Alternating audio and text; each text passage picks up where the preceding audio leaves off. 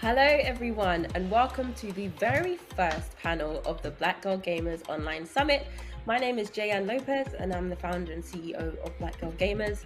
And welcome to the Women in Leadership and the Glass Ceiling panel, where we'll be exploring the experiences of panelists as Black women leaders in gaming. We'll discuss what brought them into and ultimately led them to leave the corporate side of the gaming industry. Today, I'll be joined by Trinidad Ermida, Executive Director of Black in Gaming and the founder of Ermida Company and formerly Head of Diversity and Inclusion at Niantic, Laura Tekmariam, Senior Director of Product Management at LinkedIn, and an experienced veteran in the gaming industry with leadership tenure at Warner Brothers, EA, Glue Mobile, you name it, there's more. And then we also finally have Angela Roseborough, Chief Diversity and Equity Inclusion Officer at Toast and formerly Chief Diversity Officer at Riot Games. Hello, everyone. How are you? Thank you for joining us. Hey, Jan. Hi. Hey, welcome to everybody to the online summit. Snap, snap. We're here. We've made it. Yes. Absolutely. Thank you so much for joining me. As you all know, I've told you this all in person. You all have inspired me in one way or the other just through your just existence in the industry. So thank you so much. And I'm really excited to get into this topic today because this forum, I think, is the best place to have a conversation such as this. So to start off, I'd like for you to briefly tell me what got you into the gaming industry, and what wasn't always a goal for you. So I'll start with Laura first, and if you could briefly, tell us what got you into the gaming industry. Sure. So again, my name is Laura Tekmariam. I did not start. Can you all still hear me? I heard the noise. Yep. It's okay. Okay. When I think about my journey, it really started with animation. So I was one of those kids that used to wake up back in the day before we had streaming. You woke up at like 7 a.m. to watch Monday morning cartoons. And, you would sit because they were only set for like 2 hours or maybe 3. And so you had to watch those cartoons, everything from all of the classic cartoons. And eventually between that and playing Pong on the Atari, and eventually I went into the NES. And so that exposure to, content at a very early age and systems at a very early age, I was intrigued with the joy it would bring to my life. And I became very obsessed with it. And my obsession as a child grew to even wondering why, like, my narrative wasn't being shown in the content itself. So, like, if you go look back at like the late 1970s, content in animation, like, you didn't really have Black cartoons. I think Fat Albert was like one of the very few you got back then. And so from that, it quickly led me to, what do I need to do to have representation like me? I want somebody to look like me in the content. And that led me down the path of entertainment and tech and building content for myself and for others who these narratives spoke to. And that's what got me eventually into the gaming industry. Excellent. And Angela and Trinidad, is that the same for you in terms of getting into the industry? No. If you ever see the movie Malcolm X and it says, "We didn't land on Plymouth Rock landed on us," that was my journey to Riot. So I was actually a DEI professional and really specialized in crisis management. And so my whole exposure and just experience is really around how do you create diverse, inclusive cultures and organizations. And also, I was very good at crisis management. How do you do a turnaround? So I was, into tech. I was working at Dropbox, and I got this call from a friend of mine saying you should join this company. And I started to read about all the lawsuits. I'm like, there's no way that I'm going to get my job and go over to Riot Games. It was a hot mess. And started to talk to a lot of the leaders and decided to join at that point. But I would say, as hard as it was love at first sight. It was, the ability, I was at the same time I was on a panel, and I remember a young woman coming to me afterwards saying, I have to have a gender neutral name in the game, because she was so afraid of being harassed. And it became like that should never be Mm-hmm. anyone's experience when they're playing something that they love. And so that quickly became my passion, that you would not have to have a gender neutral name or hide who you are in the game. And that was Mm-hmm. going to be what I was going to do at Riot Games. And so I was not looking for gaming. As a matter of fact, they used to call me Auntie. I think I was probably the oldest person at Riot Games. But it was one that I really wanted to have impact. I thought that I could have impact in this industry, and just went along and then just started doing the work. Okay, and we spoke with you when you were during your Yeah. tenure as Chief Diversity Officer when you came for our very first summit. So thank you so Yeah. much. And it's nice to be able to catch up with you and I guess follow on from your journey as well. Trinidad, briefly tell us, a bit more about your experience in getting into the gaming industry and if it was similar to Angela or Laura. Honestly, I probably have the most unsimilar way into the industry. I too was a DEI professional in tech, and I applied. I'll tell you what happened. I was a product manager for very long, and I hated it. I realized it wasn't the thing that I wanted to do for the rest of my life. If I was going to product manage, it was going to be something that I love. And one thing I love is people.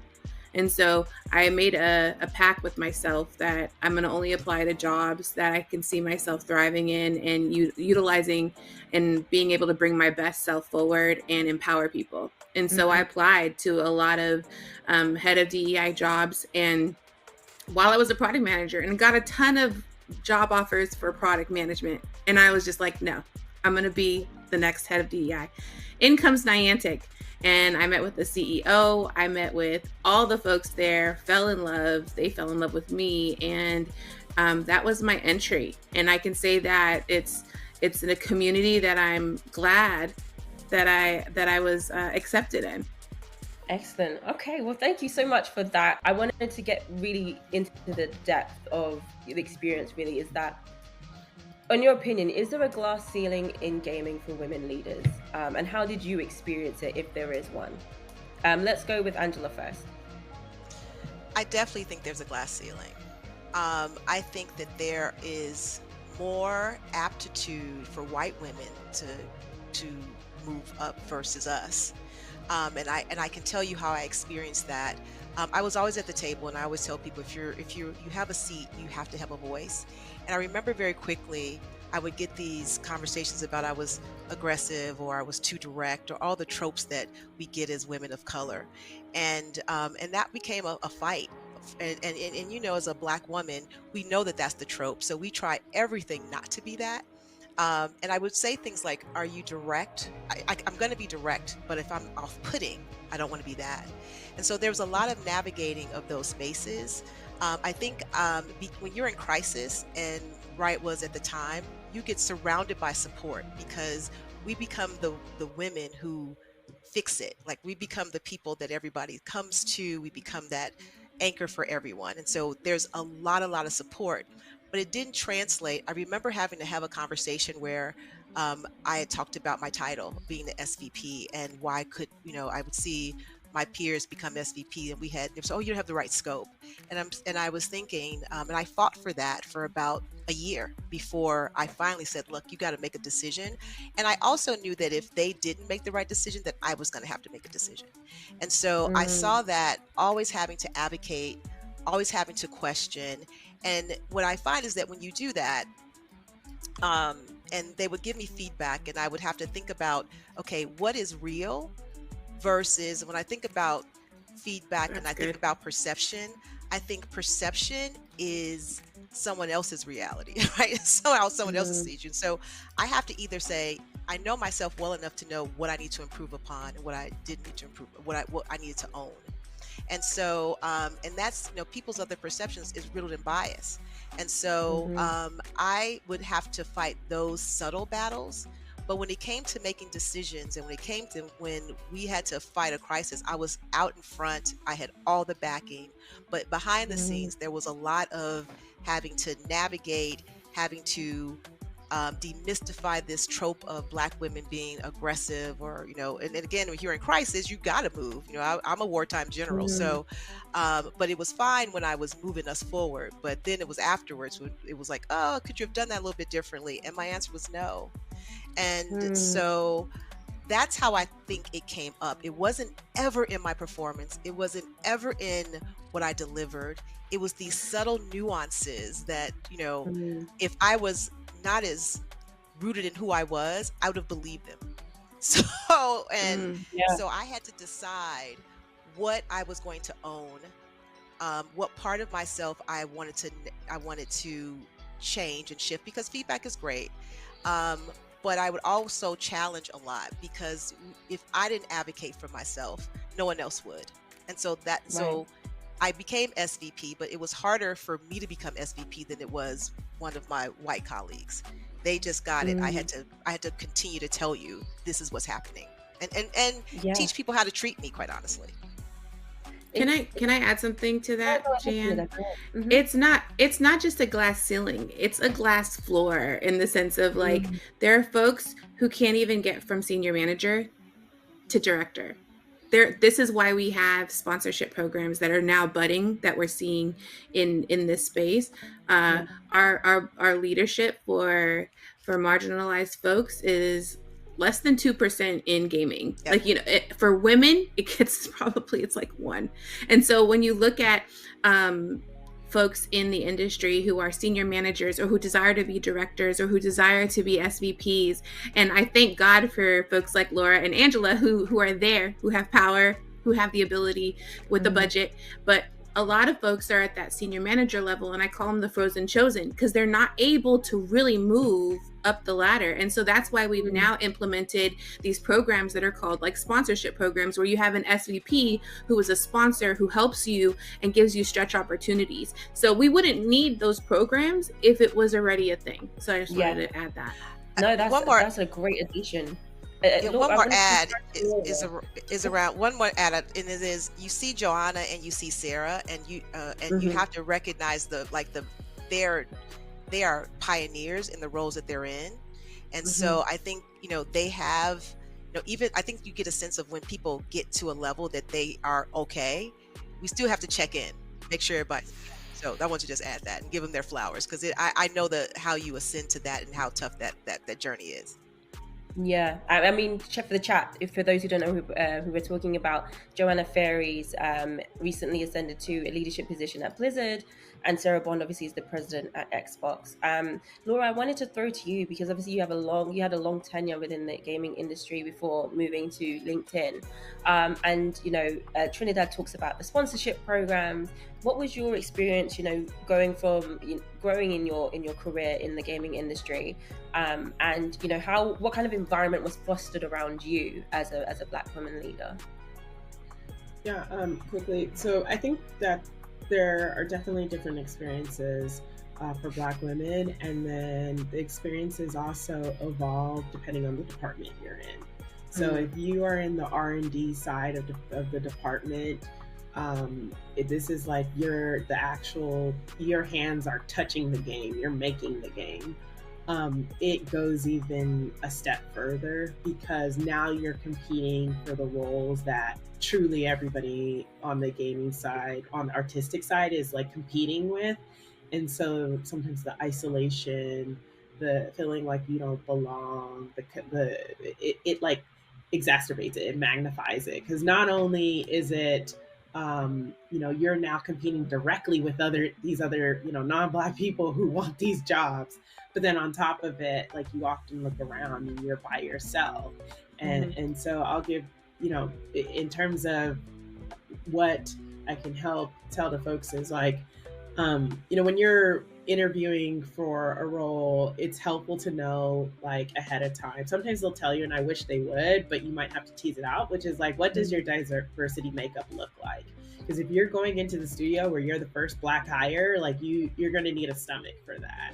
And you're going to want to be prepared when you're like having to sit, you know, in these development sessions where they're looking at characters and they're all non-colored and they're all like nothing like you, and you're going, you know, months after months, year after year, and you sit and you make your own characters designs on the side where nobody can, you know, is ever asking you, you know, what ideas you have. And so that isolation you feel, It is real. I want to validate it for those that are feeling it on the line, that are seeing it, and let you know that you can overcome it. You need to find your people, find the people who will lift you up every day when you come home, and find the confidence to start having a voice in the room. Because you are in the room, you can contribute to the content, but slowly you find that confidence to put out your perspective and your contribution of change to the culture of gaming, to the narrative, to the characters, to the story, to the environments, you name it. So yes, the glass ceiling is there, but that doesn't mean we stop chipping away at it at all of our levels. And so I'd say keep chipping away, keep getting a bigger tool, and eventually we will shatter it. I appreciate that, because it's very inspiring to see the three of you and see obviously Joanna and Sarah also chipping away at it. So whilst there is the challenge of the fact that it even exists, there are those out there willing to support, and the fact that you're here speaking about your experience is going to make other Black women and other leaders aware of this experience, but also make them aware of their behaviors. I think we have to wrap up soon, but I would love to get one tidbit of advice from you as Black women leaders who have tenure in the gaming industry to the non-Black women leaders on how to empower marginalized leaders when they enter studios, or they're leading product management, or they're leading chief as DEI, or they're leading any kind of leadership lane for games development. What would your advice be to those who do not experience marginalization? Let's start with Laura. Yeah, go ahead. Yeah, sure. Well, two things, commitment. I think one of the hardest things to have over time is commitment towards a diverse vision and diverse teams, diverse games. So that's the first, is the commitment. The second is to seek to understand. I think a lot of times we start off from a place of oh, it's not that bad, or, oh, I'm here, I'm giving support, and you automatically assume that just because you're willing to listen, that's the type of support a talent may need. Maybe they don't need just listening. Maybe they actually need you to weigh in on a room during their promotion. So just helping to understand what exactly diverse talent needs, and then having that open and candid conversation can start to get us closer there. Because I think the willingness to support is there, and that's a huge step from where we were. But awareness alone by itself is not going to move the needle. So we need the right type of action. And so getting clarity to what that action looks like is where I would start. Completely agree. Angela, Trinidad, do you want to add on to that? I say use the platinum rule. I used to say the golden rule is treat people the way you want to be treated. Treat people the way they want to be treated. And that means that, to what Laura said, that means seek to understand, to be curious, and seek with judgment, not with judgment, but with curiosity. Because we do have different experiences, and what you feel may be different than I feel. But if you try to understand kind of my perspective, and just get comfortable in that space, because it's to have that kind of conversation is so super uncomfortable. So I would say get comfortable being uncomfortable, and that's fine. But I think once you get past that first kind of seeking to understand and really treating people the way they want to be treated. One of my managers said, how do you need to get feedback? How do you need to be doing this? And got my input, and we built this great relationship. So I think I would say I think I'm saying the same thing as you, Laura, and that is just literally just treat people the way they need to be treated so that they can be successful. And I'll add just one last thing. You hire us for a job. Give us the power to do what you've hired us for. You literally think that we're the best candidate, and maybe you don't, but you hired us. Give us the autonomy, give us the ability to go in and utilize our genius, utilize our beautiful aspect of perspective, because a balanced team is what makes a better product. And at the end of the day, having all these different perspectives is imperative to being able to produce something that's going to be long lasting, that's going to have longevity. And so I really do believe that if people will allow us to come in, give us the autonomy, give us the power, give us the ability to fail. I think that's the biggest thing, is we can't fail. We come in with 15 different degrees, we come in overqualified, and then you won't let us fail. But we know in our career that the best way to learn is to fail and then reassess and keep it moving. So that's all. Would you all enter the gaming corporate side of the industry again if you were given the opportunity? Absolutely. Yes. Yeah, definitely. It is, games is near and dear, so I don't think it's going anywhere for me. I'm on a temporary stint and then at LinkedIn, and then LinkedIn went into games. Oh my Lord. So like, it's just games follows me throughout my career. It did it at Netflix too. So those who watch my career, just games follows me whether I want it or not. So definitely I'm coming back. Amazing. Well, thank you all for your insight and for your presence here at the summit. We wish you all the best. Thank you so much for just opening up the summit with this candid, authentic conversation and for your honesty. For everyone watching at home, be sure to stay with the summit because we have more panels coming up, and we'll see you in the next one. See you, everybody. Bye.